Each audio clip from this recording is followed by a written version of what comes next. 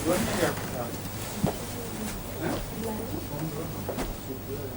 علیکم.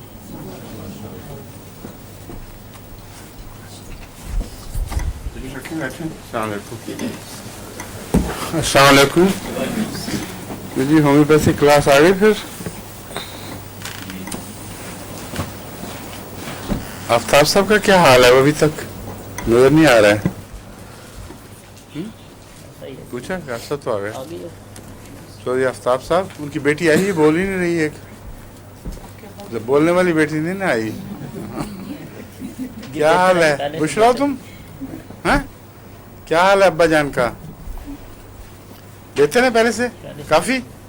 جی پہلے سے آپ بھی ہیں؟ ہاں ٹھیک ہے ماشاء اللہ. ابھی آرام کرنا چاہیے کچھ دیر. وہ جھٹکا لگا ہے کچھ پیچھے اور وہ مسل دور دور ہو گئے ہیں. کافی تکلیف اٹھائی ہے اس سے.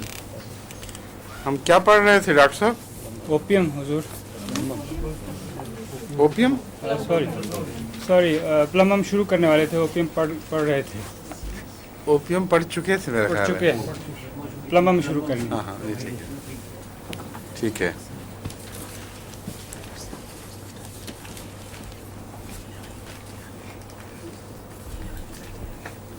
اور ایک اور دوائی بھی تھی، کہاں رہ گئی؟ گر گئی ہو گئی. آ رہی ہیں؟ پلمبم اس کو کہتے ہیں سکے کو. اور اکثر پینٹس جو ہیں ان میں سکہ استعمال ہوتا ہے. پتہ نہیں کیا وجہ ہے کیوں وہ ڈالتے ہیں، لیکن سکہ ضرور استعمال ہوتا ہے.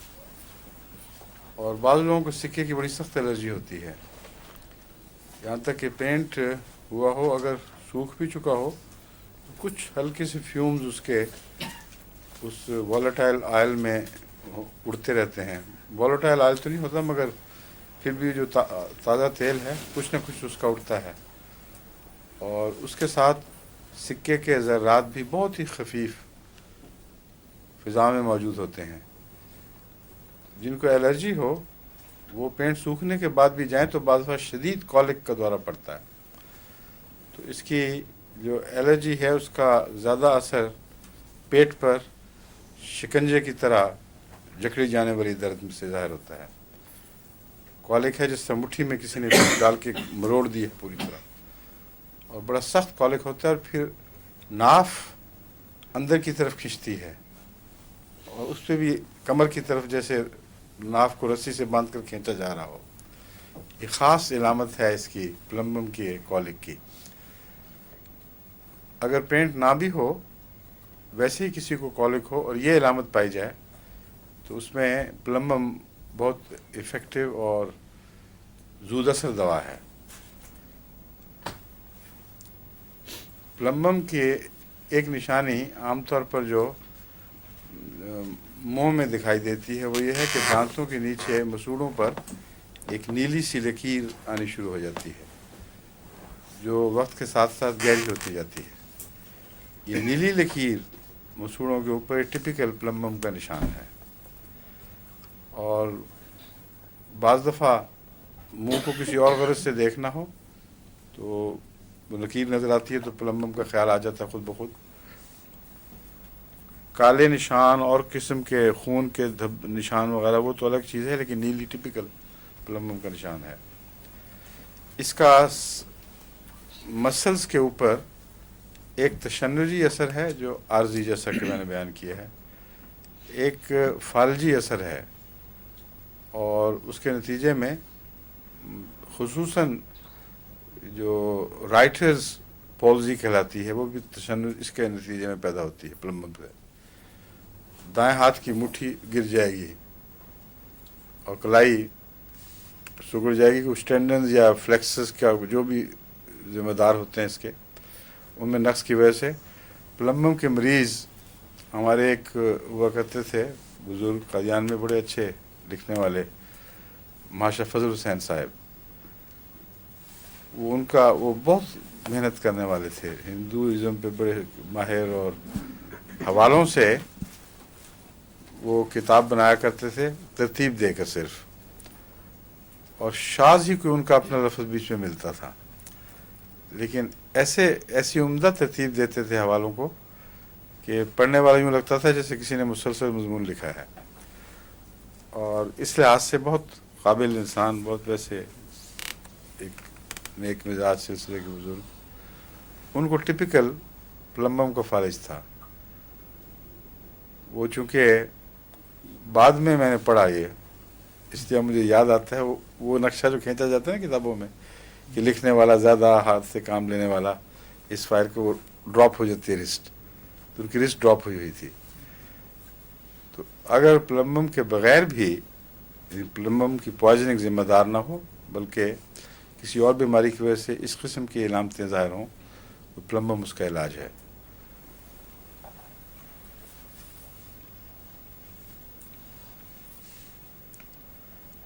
اس میں ایک چیز یہ ہے کہ ہر چیز سلو ڈاؤن ہو جاتی ہے. اوپیم سے بھی کچھ اس میں مشابہت پائی جاتی ہے اس پہلو سے. زندگی کی رفتار، اس کے ریئیکشن، رد عمل پلمبم میں سلو ڈاؤن ہو جاتے ہیں، جس کا مطلب ہے اس کا ایک قسم کا تھوڑا سا عارضی فالجی اثر ہے جو اعصاب پر، ذہن پر، ہر جگہ موجود ہے. ایک شخص سے آپ بات کرتے ہیں، کیوں، کیا حال ہے، 1 سیکنڈ کے لیے چپ ہوگا، کیا کہا تھا، کیا حال ہے، اور بعض لوگ ریپیٹ کرتے ہیں یہی. ان کے انداز میں بیلیٹڈ ریئیکشن ہے. جہاں بیلیٹڈ ریئیکشنز نظر آئیں وہاں پلمبم خصوصی دوا ہے.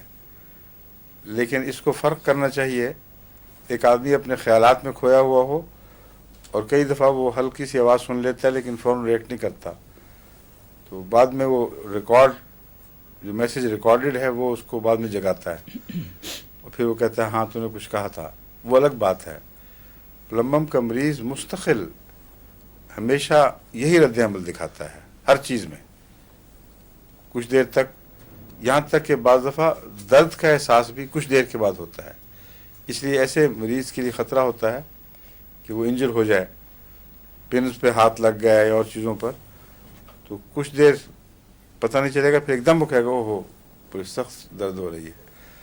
تو درد ہوتی ہے، بات بھی سمجھتا ہے، اس میں کمی نہیں، لیکن رجسٹر کرنے کا جو وقت ہے اس میں وقت فرق پڑ جاتا ہے. یہ ٹپیکل پلم کے علامتیں ہیں.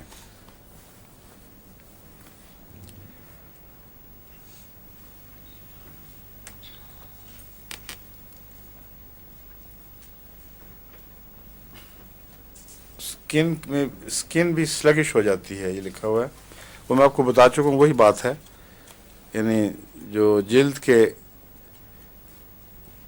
درد محسوس کرنے والے جو ہیں نروز ہیں، وہ پیغام دیر میں پہنچاتی ہیں.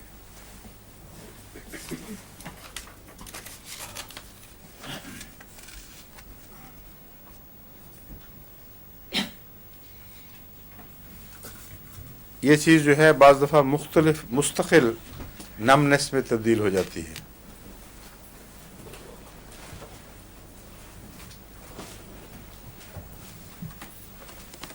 طوبہ ہم پڑھا رہے ہیں پلمبم. پلمبم کی ایک علامت ہے کہ وہ مریض کو پیغام دیر سے ملتا ہے، جس سے تمہیں پیغام دیر سے ملا ہے. ٹپیکل پلمبم کا کیس ہے. اور بات سنے تو کچھ دیر کے بعد اچھا کیا کہا تھا تم نے، اس طرح جواب دیتا ہے. اور درد کا احساس بھی دیر میں پہنچتا ہے دماغ تک.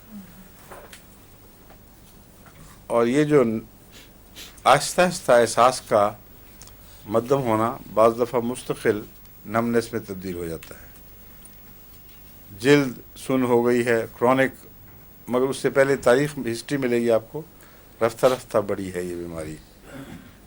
اور پاؤں وغیرہ میں ہر جگہ آہستہ آہستہ اس میں جان اور احساس کی طاقت مٹتی ہوئی نظر آتی ہے.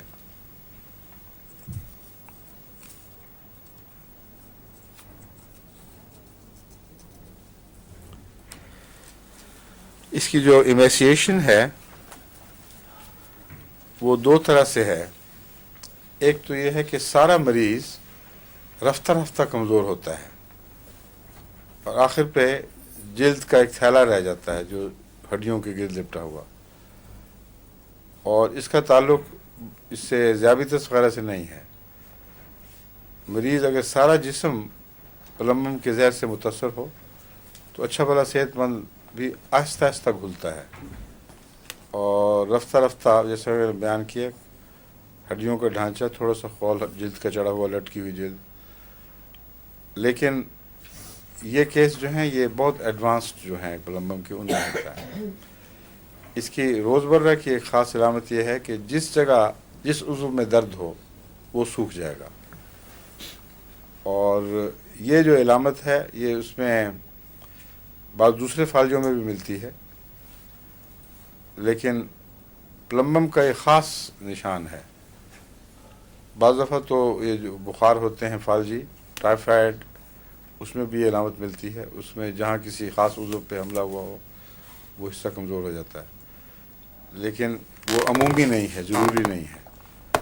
پلمبم میں اگر یہاں درد اٹھی ہے اور یہ حصہ کمزور ہونے لگ جائے، یہاں درد اٹھی ہو ہاتھ پہ اور یہ حصہ کمزور ہونے لگ جائے، ٹانگ پر کسی حصے میں بھی درد ہو اور وہ کمزور ہونے لگ جائے، تو خاص علامت پلمبم کی ہے، اس کو فوراً استعمال کرنا چاہیے۔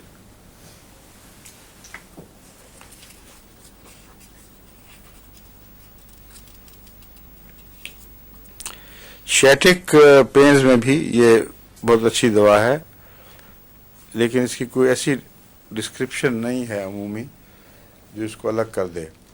پلمبم کو میں نے ایٹ رینڈم استعمال کیا، جب بعض دوائیں جو شیاٹیکا میں کام نہیں آتی تھیں جب وہ ناکام ہو گئیں تو اندازہ لگا کر کہ پلمبم بھی اچھا ہے وہ استعمال کر لی، کبھی فائدہ ہوا کبھی نہیں ہوا۔ لیکن جو عمومی پلمبم کی علامتیں اگر وہ پائی جائیں، مثلا مسوڑوں کے اوپر نیلی لکیر اور وہ احساسات کی سست روی، آہستہ پیغام پہنچاتے ہیں، یہ اگر باتیں پائی جائیں تو پھر شیٹیکا میں پلمبم ضرور پہلے دینی چاہیے۔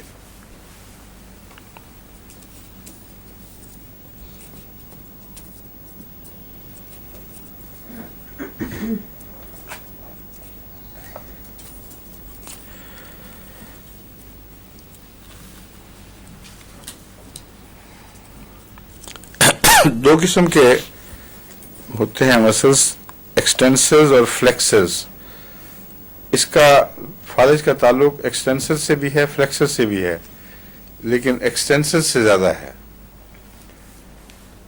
ڈاکٹر فلیکسر تو یہ ہے نا جو کھینچے گا، جو فلیکس بینڈ کرتا ہے، ہاں بینڈ کرے گا، جی اور ایکسٹینسر جو لمبا کرے گا، ٹھیک کھینچے گا، جی ہیں جو کھینچ کے اس کو اٹھائے گا، جی جی ہاں جی جی وہ ایکسٹینسر ہے۔ جی سر یہ جو رسٹ ڈراپ ہے اس وجہ سے ہوتا ہے ٹھیک ہے، کہ Extensor، یہ جو اٹھانے کی طاقت ہے نا جی وہ کم ہو جاتی ہے، جو ڈراپ ہو جاتا ہے۔ ٹھیک ہے، تو جہاں بھی کھینچنے کا اور تناؤ کا فالج ہو وہاں اعضاء لٹک جائیں گے، ٹھیک ہے، یہ ٹپیکل اس کی علامت ہے، مگر فلیکسر میں بھی ہو جاتا ہے اس کا اثر۔ ٹھیک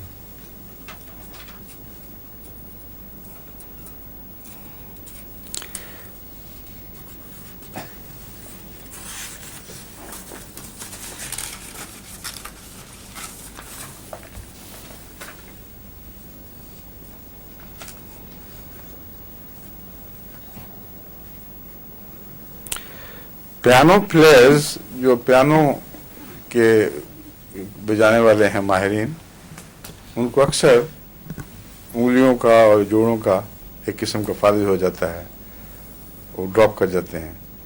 ان میں دو دوائیں ہیں مشہور، ایک پلمبم اور ایک کیوریئر۔ کیوریئر ایک پوائزن ہے بڑا خطرناک، جس کا خاص طور پر فالجوں سے تعلق ہے۔ اس کا سپیلنگ ہے QURARE، کیوریئر۔ یہ اس کے ساتھ کمپیٹ کرتا ہے اس معاملے میں، دونوں ہی پیانو والوں کے فالجوں کے چوٹی کی دوائیں سمجھی جاتی ہیں۔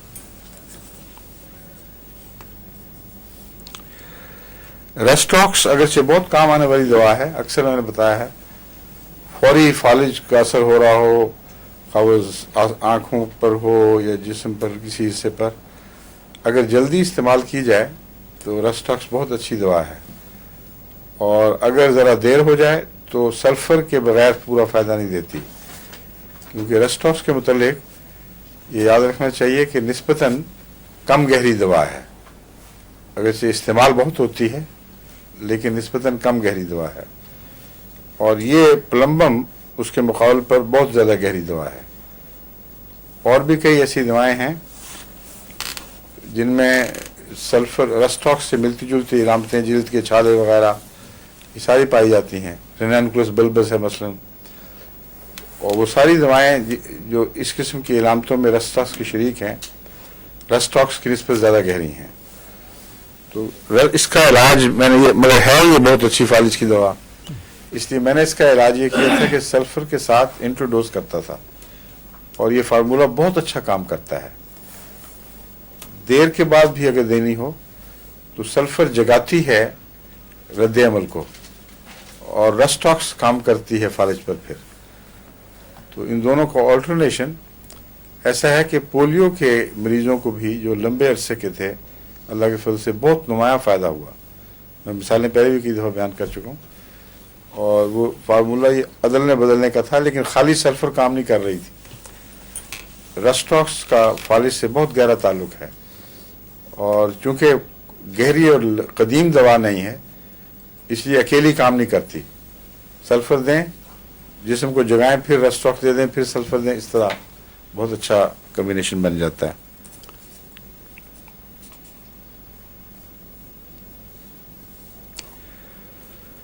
ڈاکٹر عام طور پر اس لیے اس کو رد کر دیتے ہیں رسٹاکس کو کرونک کیسز میں، حالانکہ میں نے اس سے بڑا فائدہ اٹھایا ہے، اس کو رد کرنے کی ضرورت نہیں، جو بتایا نا سلفر کے ساتھ انٹروڈوز کریں۔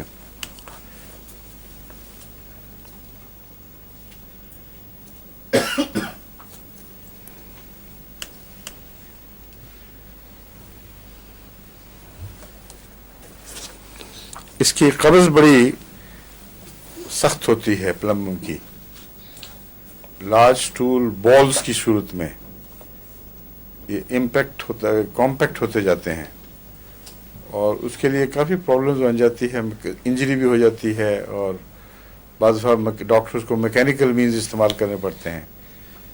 تو اس کی اصل وجہ یہ ہے کہ یہ آہستہ آہستہ بڑھنے والا فالج جو جلد پر پیدا کرتا ہے وہی میوکس میمبرینز پہ بھی کرتا ہے، اور انتڑیوں کے گرد جو باریک مسلز کی جھلی ہوتی ہے جو آگے دھکیلتی ہے انتڑیوں کے خاص موشن کے ساتھ، اس کو یہ معوف کر دیتا ہے۔ بس آہستہ آہستہ بڑھتا ہے فالج، آہستہ آہستہ بڑھتا ہے، اور رفتہ رفتہ قبض گہری ہوتی چلی جاتی ہے اور قدیم ہو جاتی ہے۔ یہ کوئی ایسی قبض نہیں ہے جو اچانک کسی وجہ سے ہو گئی، کھانا ادھر ادھر ہو گیا، بدپریزی ہوئی، بلکہ یہ اس ٹائپ کی قبض ہے، اور اس میں جیسا کہ میں نے بیان کیا ہے کچھ آپ کو صبر کے ساتھ پلمبم دینی ہوگی، کیونکہ جو آہستہ بیماریاں آتی ہیں ان کا علاج بھی نسبتاً آہستگی سے ہوتا ہے، فوری نہیں، لیکن بعض اثرات ان کرونک بیماریوں کے دواؤں کے فوری بھی ہوتے ہیں۔ مثلا کولک ہے، پیٹ درد ہے، تشنج ہے، اس میں یہ تو نہیں آپ کہہ سکتے کہ آہستہ ہوگا، کچھ چند مہینے لگ جائیں گے۔ جو دوا کرونک بھی ہو، اگر کسی ایک پہلو سے فوری اثر دکھاتی ہے تو یعنی فوری بیماری پیدا کرنے والا زہر ہے، تو ہومیوپیتھک میں وہ فوری طور پر اس کو دور بھی کر سکتا ہے، اور جو بیماری کوئی زہر آہستہ پیدا کرتا ہے اس کو جب دوا کے لیے استعمال کریں گے تو آہستہ آہستہ دور کرے گا، کیونکہ ٹشوز کے اندر انسانی خلیوں میں کمزوریاں بیٹھ چکی ہوتی ہیں لمبا عرصہ، اور ٹشوز کی تبدیلیاں اچانک نہیں ہو سکتی، وقت لگے گا، ان کی صفائی ہوگی، پھر ان کے اندر صحت مند تبدیلی واقع ہوتی ہے۔ آگے بولنے والی بیٹی، اچھا یہی ہم کہہ رہے تھے، میں نے کہا تھا چلو آفتاب صاحب کا کیا حال ہے، کوئی جواب نہیں آیا، میں نے کہا کہ کوئی بیٹی نہیں یہاں، تو دیکھا وہ نہ بولنے والی بیٹھی ہوئی تھی بشرا، تو میں نے کہا شاید ابھی بولنے والی بیٹی نہیں آئی، تمہیں نہیں نا پتا تھا اس بات کا، ہم دیکھو بول پڑی خود، تم نے بات سچی کر دکھائی، بتاؤ کیا کہتی ہو؟ میں کہہ رہی اگر گہری بیماری ہو تو اس کو چھوٹی پوٹینسی دے، اگر بڑی دے تو نقصان تو نہیں ہے؟ پوٹینسی کے متعلق یہ رشید صاحب کی اپنی اسپیشل تھیوری ہے، पोटेंसी का जो असल इस्तेमाल है वो तो तजर्बे से आता है, और बाज़ दफ़ा लंबे इस्तेमाल के बावजूद एक चीज़ का नहीं पता चलता, आदमी सब रिजेक्ट कर देता है एक दवा को कि ये काम नहीं कर रही, कोई और होम्योपैथ उसको ऊंचा इस्तेमाल कर लेता है, फिर फ़ायदा हो जाता है, उसका इल्म में आ जाती है बात। होम्योपैथ की इंफॉर्मेशन ट्रांसफ़र का निज़ाम ठीक नहीं है, इससे अमूमन होम्योपैथी के मुस्तक़बिल को नुकसान पहुंच रहा है। जिस तरह अताई हकीम पुराने ज़मानों में हुआ करते थे, सीना दर सीना नुस्खे चला रहे हैं पागलों की तरह, वो अपने ख़ानदान की जायदाद बना लिया इल्म को, जिसकी वजह से सारी कौम गरीब हो जाती है। मगरिब ने इस बारे में सिवाय इंडस्ट्रियल सीक्रेट्स के, वो एक अलग चीज़ है, उसमें इन्होंने कंजूसी नहीं की, और इंडस्ट्रियल सीक्रेट्स में भी अमूमन एक दूसरे को बता देते हैं, बाहर वालों को नहीं शामिल होने देते। उनको पता है ये हमारी जो बादशाही है इंडस्ट्री पे, ये हाथ से जाती रहेगी, इसमें दूसरे शरीक हो जाएंगे।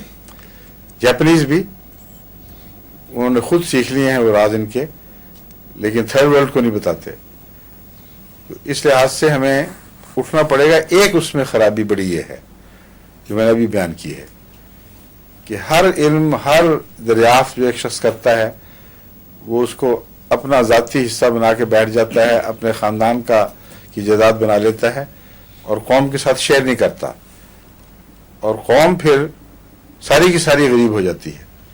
अगर एक दूसरे के साथ शेयर करें तो एक आदमी को एक राज नहीं मिलेगा, बल्कि 50, 60, 100, 1000 तक भी मिल सकते हैं।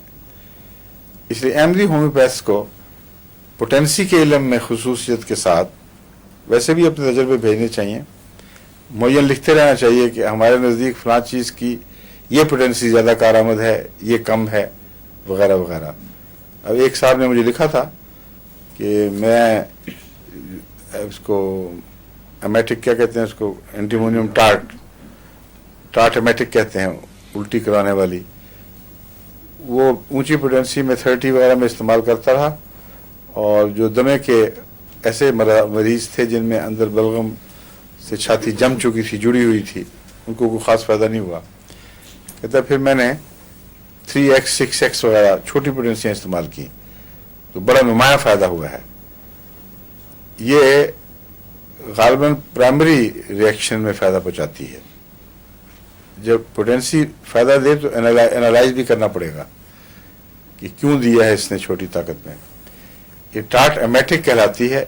अगर किसी को उल्टियाँ करवानी हो तो एंटीमोनियम टार्ट दें तो उल्टियाँ आनी शुरू हो जाएंगी, वो उसका पहला रिएक्शन है। और चूंकि निकालने का रिएक्शन पहला है, इसलिए क्रूड हो निस्बतन, ज़्यादा ऊंची ताकत ना हो, तो बलगम, जमे हुए बलगम को भी निकालने का मादा रखती है। तो आपने अच्छा सवाल उठाया है। पोटेंसी के मुतालिक हमें तहकीक अमूमन करनी चाहिए। अमूमी उसूल तो ये है कि जो जिस्म के मोटे मोटे हिस्से हैं, उनमें मोटे हिस्से से मुराद है कि खलिए वाले हिस्से, गोश्त पोस्ट, इस किस्म की चीज़ें, उनमें अमूमन उनकी बीमारियों में अमूमन लो पोटेंसी निस्बतन, यानी 30 और 200 तक काफ़ी होनी चाहिए। लेकिन उनकी बाल बीमारियां ऐसी हैं जो असल में गोश्त पोस्ट की नहीं, आसाब की हैं, उनमें फिर निस्बतन ऊंची दी जाएगी। बाद ऐसी बीमारियां हैं जो सप्रेस होकर फिर असर दिखाती हैं। तो मैदे में मसलन मैंने अक्सर 30 और 200 को ही काफ़ी देखा है, कभी मुझे ऊंचा नहीं जाने की ज़रूरत नहीं पड़ी। मोटा मोटा आम मैदे का इलाज इसी से होता है। लेकिन नर्व में भी अगरचे 30 और 200 तक काफ़ी होती है, लेकिन अगर सप्रेस्ड मर्ज का निशानदेही हो रही हो, किसी और गहरी बीमारी के दबने की वजह से कोई असाबी तकलीफ है, तो उसमें ऊंचा जाना पड़ेगा। तो अब ये समझ लें कि डोरी लटका के पानी में वहाँ से कोई चीज़ निकालनी हो तो जितना गहरा पानी हो उतनी लंबी डोरी चाहिए। और बाज़ अमराज बहुत गहरी उतर कर अंदर दाखिल हो जाती हैं, जिसमें से कई किस्म के कैंसर भी हैं। उनको ऊंची ताकत से एक दफ़ा बेदार किया जाए। फिर ये भी ज़रूरी नहीं कि सिर्फ ऊंची ताकत से ही ठीक हों। मैंने कई दफ़ा तजर्बा किया, बाज़ दफ़ा ये हुआ है कि एक ऊंची ताकत से ही बहुत गहरी बीमारी एकदम ठीक हो गई और बाज़ दूसरी जगह वो नाकाम हुआ। फिर मैंने गौर किया तो पता चला कि वो ठीक करने की ताकत नहीं रखती थी, मगर बाहर उछालने की ताकत ज़रूर रखती थी। बस वो ऊंची ताकत जो मर्ज़ से बरह रास्त ताल्लुक़ ना रखती हो, वो उसको कुछ आर्जी सा ताल्लुक़ रखती हो, किनारे का ताल्लुक़, वो उसको हुक ऑन करके ऊपर तो ला सकती है मगर क्योर नहीं कर सकेगी। फिर जिस सतह पे उसके असरात ज़ाहिर हों वहाँ निस्बतन छोटी ताकतें इस्तेमाल करके ठीक किया जा सकता है। बस ये भी कोई ऐसा कानून नहीं कि कैंसर को ज़रूर ऊंची ताकत दी जाएगी। बहुत से ऐसे कैंसर हैं जिनमें मैंने 30 और 200 के अंदर ही इलाज किया है और मुतअद्दिद हैं ऐसे जिनमें खुदा के फजल से बिल्कुल शफा हो गई है मुकम्मल। तो इसलिए मैं आपको बता रहा हूँ पोटेंशिया का मामला बड़ा गहरा और बहुत बारीक तज्ज़िये का तकाजा करता है। तो पोटेंशिया जो आम तौर पर इस्तेमाल होती है वो 30 में या 200 में होती हैं, मगर अगर कोई फ़ायदा ना दे और ऊंचा जाना पड़े या नीचा जाना पड़े और फ़ायदा नज़र आए तो इस किस्म के अपने तजारिब को मुझे भिजवाया करें ताकि उन आप लाई हैं आज। कमाल कर दिया आपने। ये हमारी नईमा खोखर साहब हैं जो माशाल्लाह एक्सपर्ट हो रही हैं होम्योपैथिक इलाज की। उनके जो नुस्खे थे मेरे वो मैंने इनको दे दिए थे, इतने ख़त आने लग गए हैं कि वो अब संभाले नहीं जा सकते। जब तक हम अपनी किताब ना शाया कर दें उस वक्त तक ये बोझ रहेगा। तो नईमा को और इनके साथ एक और ख़ातून को मैंने तैयार करने की कोशिश की थी।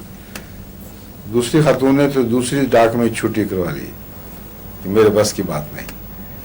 और नईमा माशाल्लाह होशियार है इस मामले में। इनके अक्सर जो नुस्खे तजवीज़ करती हैं वो ठीक हैं और ये बता रही हैं कि बाज़ नुस्खे अल्लाह के फजल से हैरत अंगेज़ तौर पर फ़ायदा पहुँचा रहे हैं अमूमी, और लोग लिखते भी रहते हैं। उन्होंने वो रिकॉर्ड करना शुरू कर दिया है। दूसरा बाज़ ख़ास तजर्बे जो थे इनको मैंने कहा था जो लोग बताते हैं कि ये हुआ है, वो आप मुझे किसी दिन ला के दें, हम क्लास में भी लोगों को बताएंगे। लाई हैं आप, सुनाएं फिर पढ़ें। लाउड स्पीकर है आपके पास?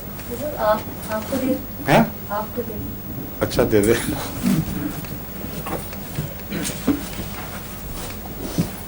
डॉक्टर साहब तो तैयार नहीं थे शेयर करने के लिए। मैं देख रहा था इनके हाथ की तरफ कि लाउड स्पीकर उठाने के लिए हिलता है तो नहीं करना कोई सवाल। अरे शुक्र है ताज महल में दिल छोटा है। ताज छोटा आया था कि ठीक है। अब हम थोड़ी देर छोड़ के ये बातें सुनाएं आपको जो नईमा खोखर ने इकट्ठी की हैं।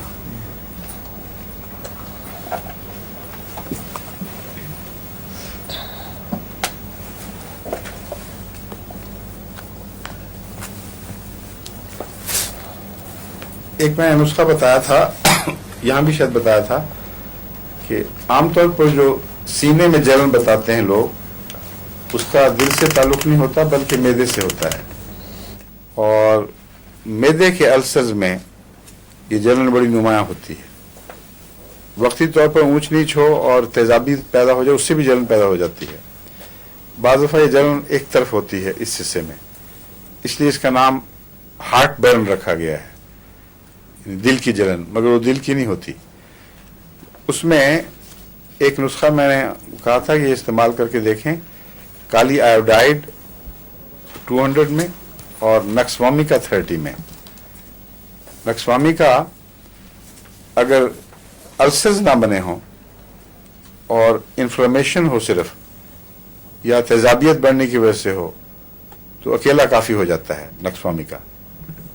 और अगर ज़ख्म बन गया हो या अल्सर बन रहा हो उसमें नक्सवामी का अकेला काफ़ी नहीं होता। उसको मैंने सल्फर के साथ लेके देखा मगर कोई ख़ास फ़ायदा नहीं हुआ। फिर काली आयोडाइड इस्तेमाल शुरू किया 200 में, उससे काफ़ी नुमाया फ़र्क पड़ता है। तो ये एक नुस्खा आप इस्तेमाल कराती रही हैं लोगों को। कुछ लोग खुद भी सुन के शायद करते रहे हों। उस पर तबसरे आए हुए हैं जी। अच्छा जी। कहती हैं अक्सर खतूत में ये रिस्पॉन्स मिली है, ये बताया गया है, इस नुस्खा के इस्तेमाल से उन्हें इस तकलीफ से मुकम्मल आराम आ गया है, जबकि इससे पहले ज़ेनटैक इस्तेमाल करते हैं डॉक्टर साहब, ज़ेनटैक जी जी जैसी महंगी दवाई होती है, बहुत महंगी जी। ओहो, तो कहते हैं ज़ेनटैक जैसी महंगी दवाओं से मुसीबत पड़ी हुई थी। मेरा ख्याल है ज़ेनटैक छूटने से भी शायद फायदा हो गया हो। मुफ्त हर वक्त का खर्च जो है हार्ट बन को बढ़ाता है ना। यही बड़ा वो कहते हैं ये एक नहीं बहुत मुतअद्दिद हुदूद में ये जिक्र मिलता है कि हम एलोपैथिक दवाओं के चक्कर में पड़े हुए थे, खर्च भी ज़्यादा और फ़ायदा भी कुछ नहीं, थोड़ी देर के लिए आराम, बाद और प्रॉब्लम्स पैदा हो जाती थी। तो अल्लाह के फजल से ये नुस्खा बहुत मुफीद है। जहाँ मुफीद ना हो उनको लिखना चाहिए और फिर निस्बतन ज़्यादा तफसील लिखनी चाहिए इलामात की, कोई और वजह फिर उसमें होगी ऐसी जिसने कॉम्प्लिकेट कर दिया है मामले को। एक मैंने आपको बताया था कि औरतों के रहम के लिए अगर वहाँ कुछ इन्फेक्शस स्पॉट्स रह गए हों, किसी किस्म का कोई मादा जो हर वक्त रिश्ता रहता है और बदबू भी पैदा करता है, जिस्म के अंदर जहर घोलता है, उसके लिए पायरोजेनम और सल्फर 200 चोटी की दवा है और इसको मैं कसरत से इस्तेमाल कराता हूँ। मेरे ख्याल में तो इतनी मौसर दवा है ये औरतों के रहम में प्लेसेंटा मुस्तकिल रह जाने की वजह से या और ख़राबियों की वजह से, जहाँ ताफ़ुनात शुरू हो जाते हैं और बुखार या जिस्म टूटता है, बुखार नहीं भी बनता मगर बुखार की कैफियत रह जाती हैं, वहाँ इसको रूटीन के तौर पर भी इस्तेमाल किया जा सकता है, कोई नुकसान नहीं है। पहले इससे शुरू करें और फिर जो इलामतें भी ज़ाहिर हों उसके मुताबिक इलाज शुरू करें। नईमा खोखर का तबसरा ये है कि अक्सर औरतों को लेकोरिया की या यूट्रिन प्रॉब्लम्स की वजह से जो तकलीफ़ें थीं, ये नुस्खा भिजवाया गया है और खुदा के फजल से बहुत मुस्बित जवाबात मिले हैं। अक्सर औरतें लिखती हैं कि हमें अल्लाह के फजल से बड़ा नुमाया फ़ायदा पहुंचा है। फालिज के लिए एक तजुर्बा लिख रहे हैं ये,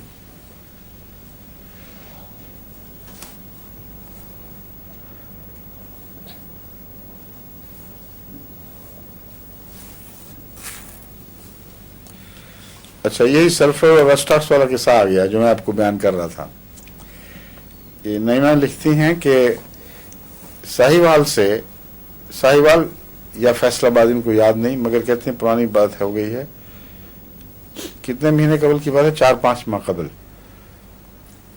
साहिवाल या फैसलाबाद से किसी ने लिखा था कि उनके 70 साल वालिद पर फालिज का शदीद हमला हुआ है। डॉक्टर्स ने कहा है कि अब इसका कोई इलाज नहीं और अब बाकी उम्र इनको या उठा के लिए फिरना पड़ेगा, व्हील चेयर पर गुजारा करना होगा, इस उम्र में हमारे पास इसका कोई इलाज नहीं है। कहती हैं उनको यहाँ से नुस्खा रेस्टॉक्स और सल्फर का जो अक्सर मैं इब्तिदा में फालिज में यही देता हूँ वो भिजवाया गया। मैंने कहा 4-5 माह कबल की बात और 1 साल इस्तेमाल किस तरह कर लिया 4-5। उन्होंने लिखा था कि हम मेरे वालिद साहब को शिफा हो गई है आपके इस नुस्खे से। ठीक है, मैंने तो शिफा वाला खत पढ़ा था, नुस्खा तो आपने पहले भिजवाया हुआ था। आपने नहीं देखे ना, ज़ाद ये है जी कि 4-5 माह कबल किसी खातून ने तहरीर किया जी, पर उन्होंने लिखा था ना कि मेरे वालिद साहब ठीक हो। पुरानी बात लिखी थी जी जी। अच्छा, मैं हैरान था 4-5 माह में 1 साल किस तरह इस्तेमाल कर दिया। लिखा था 1 साल। हाँ मैं समझाऊँ, तहरीर वाज़ेह नहीं थी। मुराद इनकी ये है कि 4-5 माह हुए ख़त मिला था, एक खातून ने लिखा कि मेरे वालिद को कुछ अर्सा पहले ये फालिज हुआ था और डॉक्टरों ने जवाब दे दिया था। आपने ये नुस्खा भिजवाया रेस्टॉक्स और सल्फर 200 में बारी बारी। कहते हैं उसके इस्तेमाल से 1 साल इस्तेमाल करवाया। जैसे मैंने बयान किया ना, फालिजों में ख़ासतौर पर जो बूढ़ों में हो वक्त लगता है, तो कहती हैं अल्लाह ताला के फजल से 1 साल के अंदर अंदर वो चलने फिरने लग गए और अब तो बाजार से सब्जी सौदा वगैरह खुद दे के आते हैं माशाअल्लाह। तो होम्योपैथिक कोई फर्जी कहानी नहीं है, اگر علاج صحیح آپ کریں تو خدا کے فضل سے بہت پوٹنٹ دوائیں ہیں اس میں، غیر معمولی طاقتور.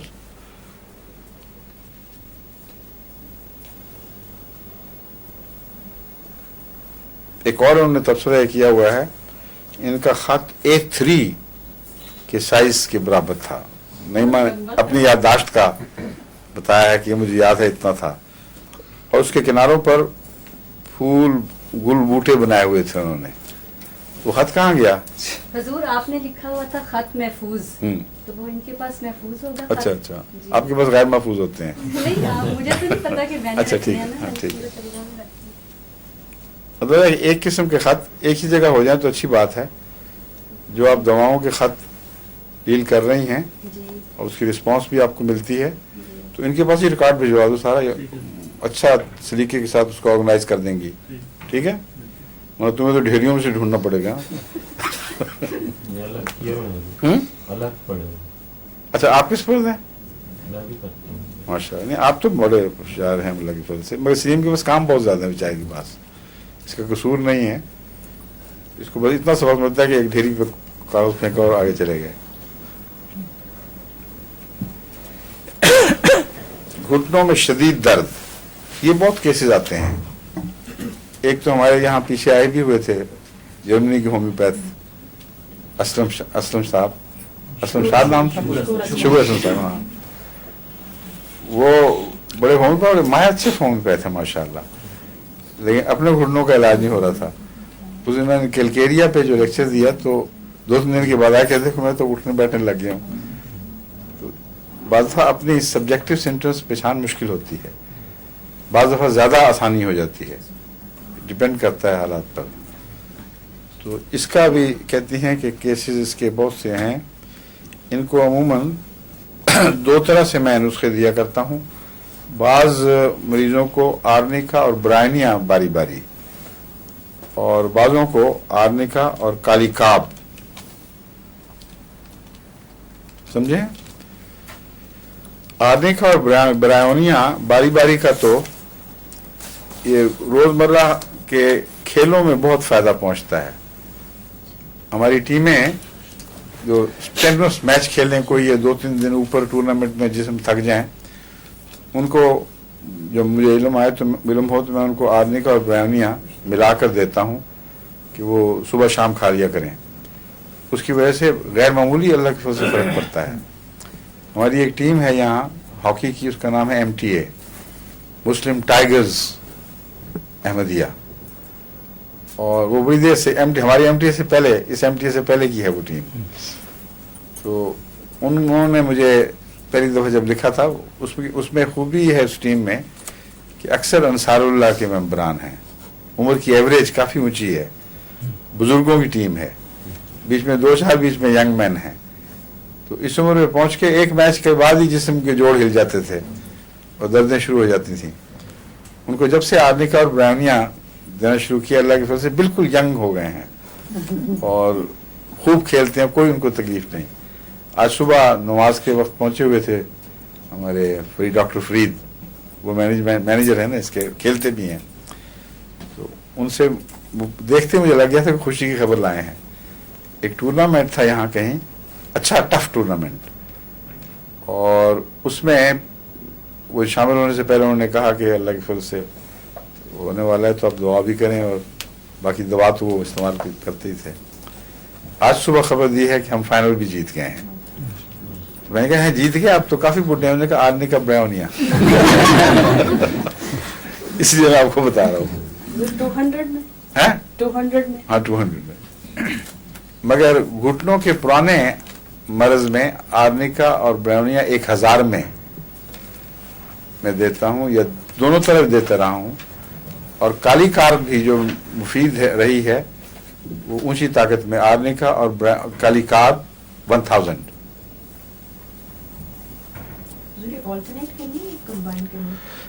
میں کالی کاب کو تو میں ہمیشہ آلٹرنیٹ کرتا ہوں، لیکن آرنیکا اور برائنیا کو دونوں طرح دیا ہے. جہاں تک 200 کا تعلق ہے ملا کر دیتا رہا ہوں اب تک اور فائدہ مند ہے. اور جہاں 1000 کا تعلق ہے وہاں آلٹرنیٹ کرنا غالباً زیادہ بہتر ہے. اور کالی کام میں تو بہرحال آلٹرنیٹ کرتے ہیں. حضور آرنے کا برانیہ سے مجھے بھی فائدہ ہوا تھا. وہ اچھا؟ انصار اللہ کا جو اجتماع ہوتا ہے نا, ہے ہی تو انصار اللہ کی. وہ سال میں ایک دفعہ بھاگتے ہیں ہم لوگ. ہاں تو ٹھیک ہے. تو کافی اسے میں نے فوری دی ماشاء اللہ. تو فائدہ ہوا.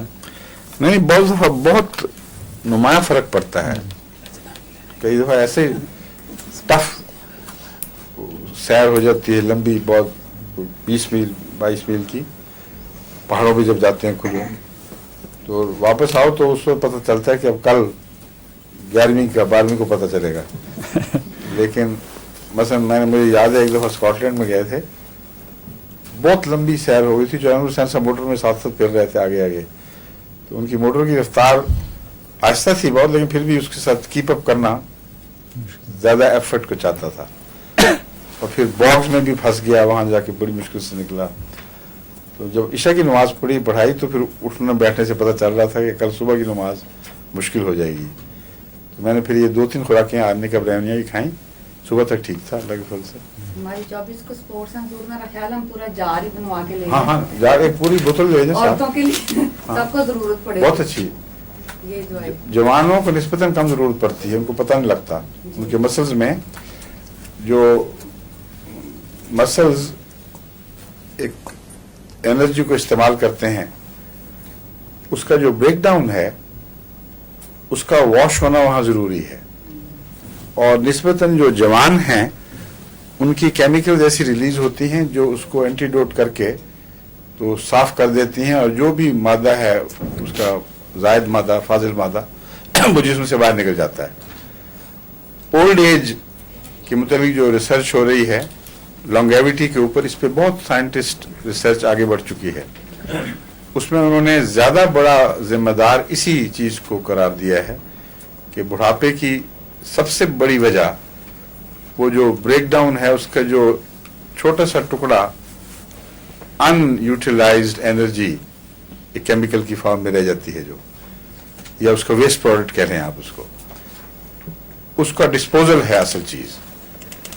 عمر بڑھنے کے ساتھ ساتھ یہ جو کیمیکل ریئیکشن سے اس کا ڈسپوزل, اس کی صفائی ساتھ ساتھ ہے, وہ نہیں ہو سکتی پوری طرح. اور وہ جب پیچھے ٹکڑا رہ جاتا ہے وہ کیمیکل, وہ کروٹ کرتی ہے مسلز کو بھی, بڑھاپے کی طرف لے جاتی ہے, اور اسی سے دردوں کے احساس پیدا ہوتے ہیں. تو اس لیے آرنے کا برہمنیہ اس پہلو سے بھی بڑی مفید ہے. لمبا عرصہ استعمال کریں تو جو عام مسکولر فلیبینس آنی چاہیے وہ نہیں آتی, اس کو بہت نمایاں فرق پڑتا ہے خدا کے فضل سے. تو ہر عمر کی دوا ہے, مگر زیادہ تر انصار کی طرف جتنا جائیں آپ اتنا یہ زیادہ مفید ہوتی چلی جاتی ہے.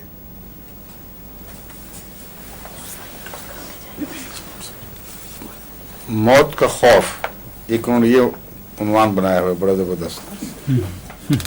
یہ تو جس طرح ہوتا ہے نا چیپ ناول,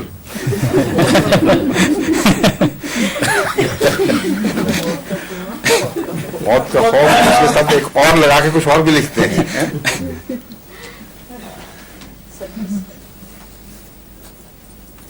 یہ تکلیف اکثر و بیشتر عورتوں کے خطوط میں پڑھی جاتی ہے, ملتی ہے وہاں. لجنا سے تعلق ہے. ہاں لجنا سے.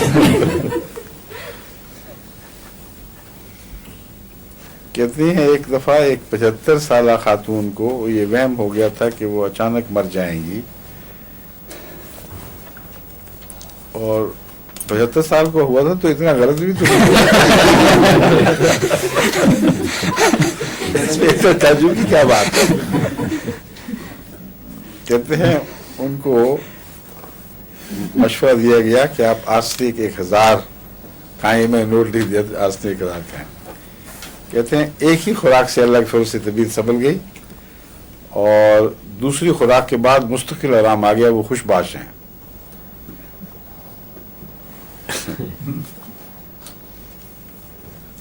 ماشاء جرمنی سے کہتے ہیں ایک بہن کا خط آیا ہے کہ اللہ کے فضل سے بالکل نارمل ہے.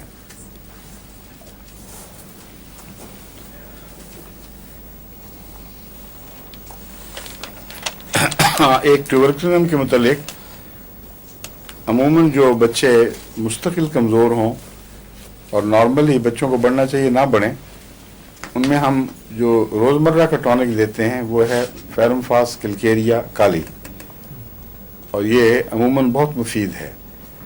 लेकिन अगर गहरी बीमारी हो, क्योंकि नॉर्मली तो बच्चों को बढ़ना चाहिए, तो उसमें बेसिलिनम की ज़रूरत पड़ती है, और अक्सर मैं राइजिंग पोटेंसी में देता हूँ। राइजिंग पोटेंसी का मतलब है 200 की 2 खुराकें, फिर वक्फे के बाद 1000 की 2, फिर 10,000 की 2, फिर 50,000 अगर मुयस्सर हो तो उसकी 2, फिर 1,00,000 की 2 खुराकें वक्फे से, यहाँ तक कि 2 साल में ये कोर्स मैं मुकम्मल किया करता था। और उसके बाद ट्यूबरकुलोसिस यानी सिल के खिलाफ मुस्तकिल रेजिस्टेंस पैदा हो जाती है अल्लाह के फजल से, और बहुत सी दबी हुई सिल की बीमारियों, जिनका सिल से ताल्लुक हो, उन बीमारियों में ये मुफीद है। ये जो अल्सरेटिव कोलाइटिस है उसमें मैं अब आजकल तजर्बे कर रहा हूँ इस पर। अल्सरेटिव कोलाइटिस में जो इलामतें थीं वो मुझे दबे हुई सिल की इलामतों से मिलती नजर आ रही थी। तो मैं, एक हमारे रिसर्च स्कॉलर हैं एमडी, जो अल्सरेटिव कोलाइटिस में पीएचडी कर रहे हैं, वो मेरे पास आए कि आपके नुक्ता निगाह से होम्योपैथी के लिए मुझे बताएं कि ये क्या चीज़ हो सकती है। उसमें मैंने उनको बताया तो बहुत मुतज्जिब, हैरान हुए। उन्होंने कहा हमारा जो दुनिया का एक चोटी का माहिर है इस चीज़ का, प्रोफेसर है इंग्लैंड में, वो मेरा पीएचडी का इंचार्ज है, और वो ये कहता है कि हमने जो रिसर्च चीज़ की हैं उनमें अजीब बात नज़र आती है कि फेफड़े की कमज़ोरियों का अल्सरेटिव कोलाइटिस से ताल्लुक़ है, और बैद नहीं कि वो सिली मादा हो जो इसके अंदर हो। तो यही चीज़ होम्योपैथिक स्टडी से मिलती है। एक गहरी बीमारी अगर सप्रेस हो चुकी हो तो जिस तरह वो इजहार करती है अपना, उससे पहचाना जाता है। जिस तरह अंतड़ियों की सिल हो जाए किसी को तो उसका कोई इलाज नहीं है, वो इससे माऊफ होते चले जाते हैं। ये अल्सरेटिव कोलाइटिस में भी अंतड़ियों के बाज़ हिस्से माऊफ हो जाते हैं। इसमें 2 नाम हैं इसी बीमारी के। एक निचले हिस्से की बड़ी आंत में हो तो उसको गालिबन अल्सरेटिव कोलाइटिस कहते हैं, एक ऊपर की अंतड़ी में हो उसको क्या नाम होता है दूसरा? Crohn's disease. हाँ, क्रोन्स डिजीज। तो ये डॉक्टरों के पास तो ये है कि वो हिस्सा काट के उसको अलग कर दें, और फिर ये बीमारी फैलती नहीं, फिर ख़त्म हो जाती है। अगर सारे मारूफ हिस्से को काट के अलग कर दें तो मरीज शफायाब हो जाता है, वरना उसको गहरी हार्मोन्स देनी पड़ती हैं और उसकी वजह से सारी ज़िंदगी मोहताजी है। और जो ये बीमारी उसकी झिल्लियों को करोट करती है, यानी उसको रगड़ के, जिस तरह ऊपर के जो सेहतमंद खली हैं उनको इसमें इजाबत में निकालती जाती है, उसमें टुकड़े टुकड़े मिलते हैं, चिथड़े भी मिलते हैं, जिससे छिछड़ों की तरह भी चीज़ें आती हैं। तो असल में वो अंतड़ियों की झिल्लियाँ जो हैं वो कट कट कर वो फुजले में शामिल होती जाती हैं। वो जो नंगी हो जाएं तो फिर वहाँ से ब्लीडिंग शुरू हो जाती है। उस ब्लीडिंग को रोकने का इनके पास कोई इलाज नहीं, सिवाय इसके कि उसको वो ये दें स्टेरॉइड, हाँ, हार्मोन्स ही होती हैं ना। हाँ। तो वो मुस्तकिल और फिर फूली हुई बदमजा ज़िंदगी काफ़ी मुसीबत बन जाती है। उसका अगर और इलाज ना हो तो उसको काट कर दोनों तरफ से बराबर टुकड़ा निकाल दिया और आपस में जोड़ दिया, फिर कहते हैं वो उससे निजात मिल जाती है। लेकिन होम्योपैथी में जो मैं तजर्बे कर रहा हूँ उसमें मेरा ख्याल है कि राइजिंग पोटेंसी में बेसिलिनम देकर फिर दूसरे इलाज साथ किए जाएं। उनमें एक पॉसिबिलिटी मर्कसॉल की भी है, वो भी मर्कौर मैंने देखी थी, उसका फ़ायदा नहीं हुआ। मर्कौर इसलिए दी थी कि खून अगर ज़्यादा जो आ रहा था मरकरी में अमूमन लिखा जाता है अगर खून ज़्यादा हो और नुमाया हो तो उसमें 2 दवाएं हैं जो चोटी की हैं। कौन कौन सी डॉक्टर साहब? खाली खून की पेचिश, एकोनाइट। ये देखो कैसी काबिल डॉक्टर बन रही माशाअल्लाह हैं डॉक्टर साहब, यू शुड बी प्राउड है नहीं? हाँ। Well done. अब माने साल बाद अब साल बाद, मैं 15 साल बाद मानो. होम्योपैथी शादी को कितने देर हो गई शादी को? 15 साल. वही 15. तो 15 साल के बाद माने हैं माशाल्लाह. मगर खैर अल्लाह के फजल से अब मान गए. सही, चलो दोनों को एक दूसरे की तारुफ हो गया होम्योपैथी के जरिए. हैं? ठीक है. वो मरकौर में एक बात ऐसी थी जिसकी वजह से उसको फायदा बाजार नहीं देना चाहिए था. मरकौर और एकोनाइट दोनों वायलेंट हैं. अचानक बीमारी पैदा होती है और अचानक शिद्दत इख्तियार करती है. और ये जो अल्सरेटिव कोलाइटिस है, ये तो कई साल में डेवलप होकर आहिस्ता आहिस्ता उस मकाम पे पहुंचता है जहां ब्लीडिंग शुरू हो जाती है. उसके लिए मेरा ख्याल है, अभी मैंने तजुर्बा नहीं किया, मगर मेरा ख्याल है कि मर्कसॉल, अगर मरकरी ने काम दिया तो सॉल बेहतर होगा. सॉल की रफ्तार हल्की है और ज्यादा गहरी और क्रॉनिक बीमारियों में मर्कसॉल ज्यादा काम आता है.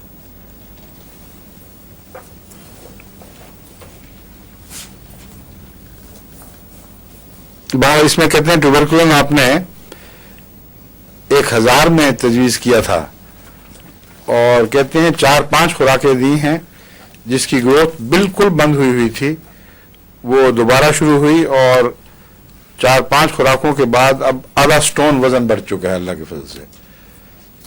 तो कई ऐसी मुस्तकिल तकलीफें हैं जो नफ्सियाती लिहाज से मरीजों के लिए एक अजाब बन जाती हैं. अब एक बच्ची बेचारी की उम्र, छोटी उम्र में ग्रोथ रुक जाए और फिर वो बौनी सी रह जाए, स्किनी सी, तो वो एक बड़ी ख़तरनाक चीज़ है. इसलिए होम्योपैथी की ये दवाएं जो हैं ये अल्लाह के फजल से गहरी अंदरूनी तब्दीलियाँ पैदा करती हैं.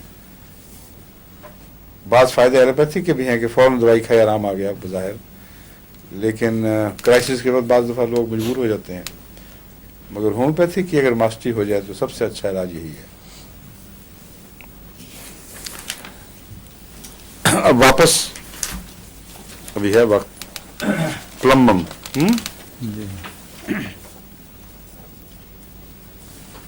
इंटेस्टाइन्स की बात हो रही थी. इंटेस्टाइन्स में ये क्या काम करता है? परीसिस. ये जो प्लम्बम है ये अंतड़ियों में आहिस्ता आहिस्ता और पार्शियल फालिज पैदा करता है और उसकी वजह से क्रॉनिक कब्ज, जिसमें अंतड़ियों में धकेलने की ताकत नहीं रहती, वो काफी तकलीफ दे चीज बन जाती है. उसके लिए ये ठीक है प्लम्बम.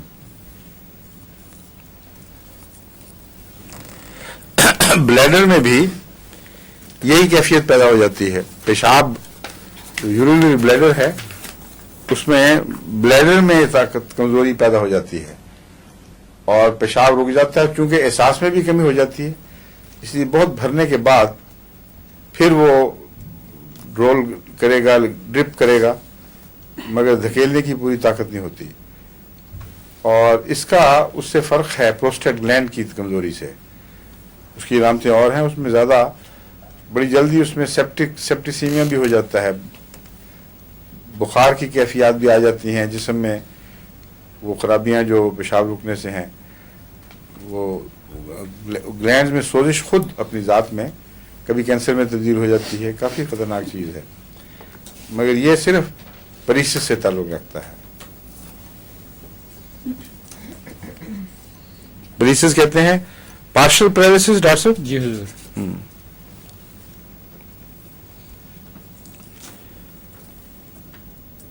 एक इलामत लिखी होती है, everything eaten turn sour, violent vomiting of everything eaten. ये क्यों है? वही बीमारी है असल में. मैदे को 3 घंटे में खाली होना चाहिए. 3 घंटे तक मैदे के अंदर जो ग़िज़ा है वो लुआबों के असर से और फिर मैदे के अंदर की सिक्रीशंस के असर से इस हद तक वो हो जाती है काबिल हज़म कि अगला हिस्सा फिर उसको संभाल लेता है, अंतड़ियों वाला हिस्सा. अगर मैदा उस अरसे में बाहर ना निकाले तो वो अंदर ही खट्टी होनी शुरू हो जाती है, गलने सड़ने लग जाती है. उससे तेजाबियत, बदबूदार डकार, फुसफसे से गंदे डकार, और वो खटास जो असल तेज़ाब की नहीं बल्कि गलत तेज़ाबों की होती है। एक तेज़ाब है हाइड्रोक्लोरिक एसिड, वो बाज़ दफ़ा कम हो तो फिर भी मैदा खट्टा हो जाता है, क्योंकि हाइड्रोक्लोरिक एसिड अगर कम है तो ग़िज़ा पूरी हज़म नहीं हो रही, उससे फिर डिके से फॉल्स एसिड्स पैदा होते हैं जो हज़म के लिए नहीं पैदा होते बल्कि बदहज़मी के नतीजे में पैदा होते हैं। तो इसलिए बड़ा मुश्किल है ये पहचान कि एसिडिटी ज़्यादा है या एसिडिटी कम है। अक्सर जो मरीज़ हैं उनमें हाइड्रोक्लोरिक एसिड अगर यंग है तो हाइड्रोक्लोरिक एसिड ज़्यादा होने की वजह से होता है, अगर बड़ी उम्र का मरीज़ है तो हाइड्रोक्लोरिक एसिड कम होने से भी एसिडिटी यानी तेज़ाबियत बढ़ सकती है। और एक वजह उसकी यही है परीसिस, अंतड़ियों की मूवमेंट कमज़ोर हो जाए तो खाना खींचने का निज़ाम आहिस्ता हो जाता है, इसलिए सारा सिस्टम, सारी नाली ही आहिस्ता चलती है। उससे मैदे में खटास और बकबके डकार और इस किस्म की कैफियत जो हैं, तो ये प्लम्बम के मामले में वो तेज़ाबियत की ख़राबी से नहीं, ग्लैंड्स की ख़राबी से नहीं बल्कि फालिश के नतीजे में होता है। तो अगर आप पहचान लें तो फिर इलाज बहुत आसान हो जाता है, मगर बार बार मरीज़ों को देखना, उन पर गौर करना, जहन में नक्शा जमाना, अपनी नाकामियों का तज़किया करना, ये ज़रूरी है। बहुत लोग अपनी कामयाबियों में ही पड़े रहते हैं बेचारे, और उसकी वजह से उनको कोई ज़्यादा फ़ायदा नहीं पहुँचता, क्योंकि वो किसका कौल है, एक बड़े हकीम का, कि मैंने अकल बेवकूफ़ों से सीखी है। हैं? नहीं, किसी को याद है सुकरात का या गालिबन सुकरात का? हाँ, सुकरात का था या देवजानस का था। बहरहाल मशहूर पुराने यूनानी फलसफियों में से किसी एक से किसी ने पूछा, या लुकमान का तो नहीं था, लुकमान से किसी ने पूछा, अरस्तु, तो सारे नाम आ गए, किसी का तो हो इसलिए वो बहरहाल अच्छा जवाब है, मगर सबसे अच्छा जवाब यह है कि अपनी बेवकूफ़ियों से, जो शख्स अपनी बेवकूफ़ियों का वाकिफ़ ना हो वो दूसरी की बेवकूफ़ी से फ़ायदा नहीं उठा सकता। इसलिए हमेशा वो आदमी इम्प्रूव करता है जो अपनी एरर्स पर कड़ी नज़र रखता है, और इन्हीं मानों में हज़रत सल्लल्लाहु अलैहि वसल्लम को ज़ुलूमन फरमाया गया है कि अपने नफ्स पर कोई रहम नहीं, गलती है तो फ़ौरन सामने आएगी, बारीक तर न गलती नीची डूबी हुई वो भी पकड़ लेते थे। तो इसलिए हर इल्म में तरक्की के लिए ये रुझान पैदा करना ज़रूरी है कि महज अपनी कामयाबियों पर ही इंसान खुश ना हो कि मैंने ये भी कर लिया वो भी कर लिया, नाकामियों पर गौर करे तो फिर कामयाबियों की फहरिस्त में इजाफा होगा और मालूम होगा कि क्यों मैं नाकाम रहा हूँ। दो सवाल हैं। जी, एक खातून की उम्र 40-45 साल के करीब है, कभी करीब भवें सफेद होनी शुरू हो गई। क्या हो गया? भवें सफेद अच्छा, होनी शुरू हो गई। सिर्फ भवें? जी, कहते हैं सर में पेट तो बाल है, फिर भवें भी ठीक है। है। आमतौर पर छोटी जगहों में अगर लटें सफ़ेद हों तो उसका इलाज सोराइनम है। 1000 में सोराइनम किसी उम्र में भी हो ये तकलीफ, बाज़ छोटे बच्चों में भी हो जाता है कि 8-10 साल की लड़की, उसकी बाल लटें पूरी की पूरी सफ़ेद हो गई, उनमें सोराइनम 1000 ने बहुत नुमायाँ फ़ायदा पहुँचाया है। इसलिए आप ठीक है पहले सोराइनम इस्तेमाल करवाएं उनको, ठीक है। दूसरा सवाल एक खातून ने पूछा है कि अगर किसी दवा के साथ कोई रिएक्शन हुआ है उन्हें, तो अगर वो एंटीडोट लें तो क्या वो भी उसी पोटेंसी में लें? अगर 1000 ली थी तो एंटीडोट भी 1000 लें? पता कोई नहीं किस रिएक्शन किस हद तक है, कहाँ हुआ है, ये तो केस स्टडी के ऊपर हो सकता है फैसला, उसूली फैसला कोई नहीं है जनरल। अगर ओवरऑल रिएक्शन है, सारी दवा गलत हो गई, पूरा रिएक्शन, तो फिर उसी ताकत में उसका एंटीडोट होगा। अगर जुज़वी रिएक्शन है, मसलन आपने किसी ने नक्सवामी का खाई है और जिल्द पर सिर्फ रिएक्शन हुआ है, तो उसका इलाज नक्सवामी का 30 में हो सकता है, ज़रूरी नहीं कि जिस ताकत में सल्फर खाई हो उसी में दवाई दी जाए। तो ये केस टू केस अलामात देख कर फैसला हो सकता है। हाँ जी, आखिरी बात बता दूँ कि वक्त खत्म हो गया। हाँ जल्दी से। औरत ने पूछा कि 1 महीने की प्रेगनेंसी है और बच्चे का भी वजन अभी 3 सेंटीमीटर की बताई है लेंथ, और फाइब्राइड और एक ट्यूमर भी इतना ही, और इसी रफ्तार से तीनों चीज़ें बढ़ रही हैं। तीनों चीज़ें बढ़ रही हैं जी, तो यानी आहिस्ता रफ्तार से बच्चा बढ़ रहा है और आहिस्ता रफ्तार से ट्यूमर बढ़ रहा है। अभी 1 ही मंथ हुई प्रेगनेंसी। हाँ हाँ, तो उसको फाइब्राइड्स की दवाई मेरी लो, नुस्खा सलीम वो इनको दे देना, वो इस्तेमाल कराओ, फाइब्राइड्स तो बंद हो जाएंगे, बच्चा बढ़ता रहेगा इंशाल्लाह। हाँ अच्छा, ट्यूमर भी है सर? वही चीज़ है, एक ही चीज़ है, समझिए। जज़ाकल्लाह। अच्छा, अब कहते हैं वक्त खत्म हो गया, इंशाल्लाह बाकी कल। वक्त जितने भी हैं गुजरते बड़ी थी, ये मुसीबत पड़ी है अब देखें। बाद लोगों को आहिस्ता वक्त गुजरने की बीमारी होती है, हमारे यहाँ तेज गुजरने की बीमारी है। अस्सलाम वालेकुम।